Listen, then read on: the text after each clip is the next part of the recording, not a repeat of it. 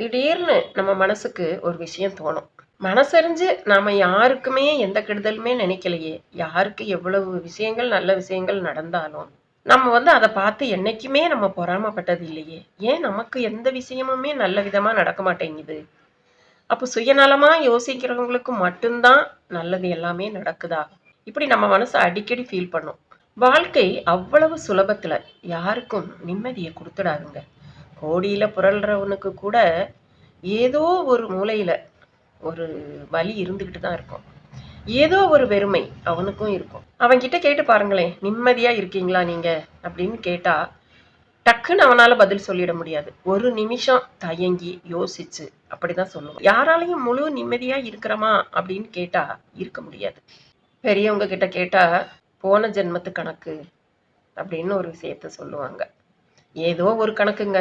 நம்ம நிம்மதிய நாம தான் தேடிக்கணும். மனச எப்பவுமே லேசா வச்சுக்கணும். உதவி செய்யறதுல ஒரு பெரிய சுகம் இருக்குங்க.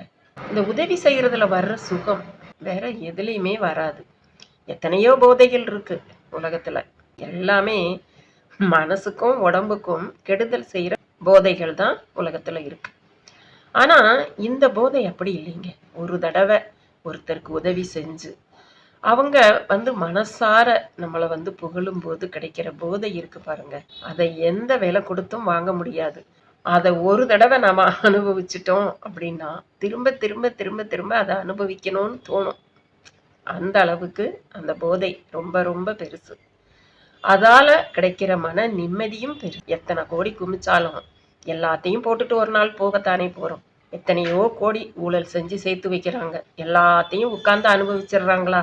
நமக்கு போடுறதுக்கு ஒரு ட்ரெஸ்ஸு, சாப்பிடுறதுக்கு ஒரு சாப்பாடு, உட்கார்றதுக்கு ஒரு வீடு. இதுக்கு மேல ஒரு மனுஷனால என்னத்த தான் அனுபவிச்சிட முடியும்? மனுஷனுக்கு மட்டும் கடவுள் இன்னொரு 100 வயசுன்னு ஆயுச கூட்டி இருந்தாருன்னு வைங்க, யாரும் ரோட்ல நிம்மதியா நடந்து போக முடியாது. இருக்கிற வரைக்கும் நிம்மதியா இருக்கணும். பிள்ளைகள நல்லா படிக்க வைங்க. ஒரு வீடு வாசல் இருந்தா போதுங்க.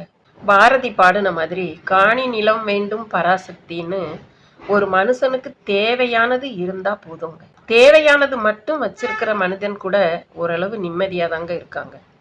ஆனா இந்த அளவுக்கு அதிகமான ஆசைகளை மனசுல சுமந்துகிட்டு இருக்கிறவங்க யாராலையும் எப்பவுமே நிம்மதியா இருக்க முடியாதுங்க. அவங்களுக்கு எத்தனை கோடிகள் இருந்தாலும் சரி, எத்தனை அரண்மனைகள் இருந்தாலும் சரி, எத்தனை 1000 ஏக்கர் நிலம் இருந்தாலும் சரி, அவங்களால நிம்மதியாவே இருக்க ஏன்னா அவங்களுக்கு போதுங்கிற மனசு வரவே வராது. போதுங்கிற மனது ஒரு மனிதனுக்கு இருந்தா மட்டும்தான் அவனால நிம்மதியா இருக்க முடியும்.